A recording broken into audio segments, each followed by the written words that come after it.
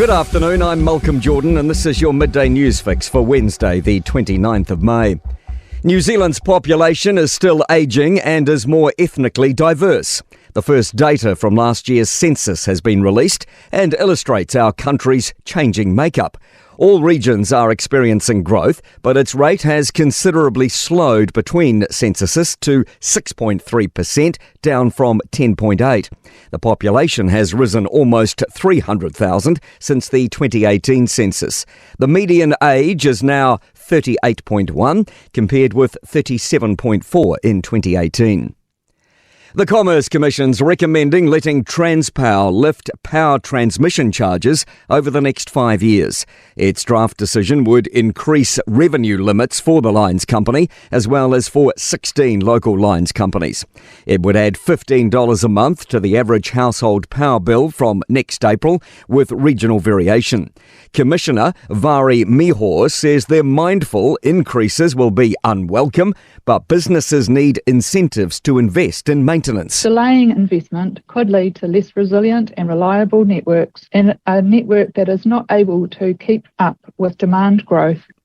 Flight changes, ferry service cancellations and reduced driving speeds as wild weather hits parts of the Upper North Island.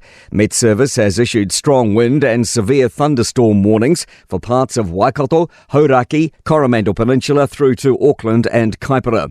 Southwesterlies could gust to 120 k's an hour in exposed places, and Air New Zealand is warning flights leaving Auckland may change at short notice.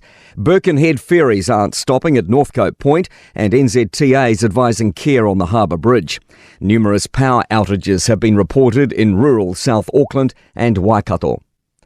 The Police Minister has told police his expectations before nationwide Budget Day protests led by Toitu Te Tiriti tomorrow.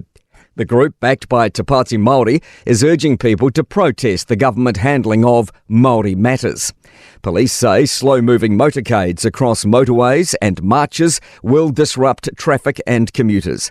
Mark Mitchell says his bottom line is clear. I've been very clear with the Commissioner that my expectations are is that law-abiding Kiwis going about their daily business, their rights are protected over and above those that choose to break the law.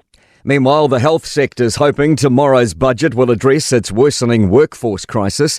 Multiple groups have identified recruitment and retention of staff as the biggest priority, and the Cancer Society says it needs more money for cancer drugs.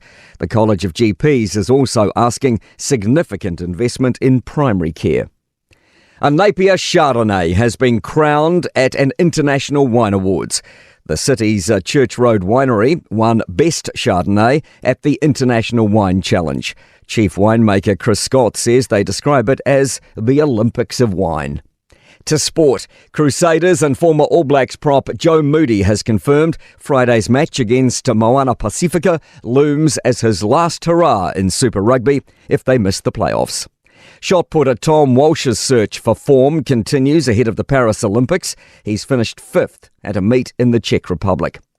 Fears of terrorist attacks at cricket's T20 World Cup have been renewed after a poster from a pro-ISIS outlet was released in New York. And top men's seed Novak Djokovic has advanced to the second round of the French Tennis Open.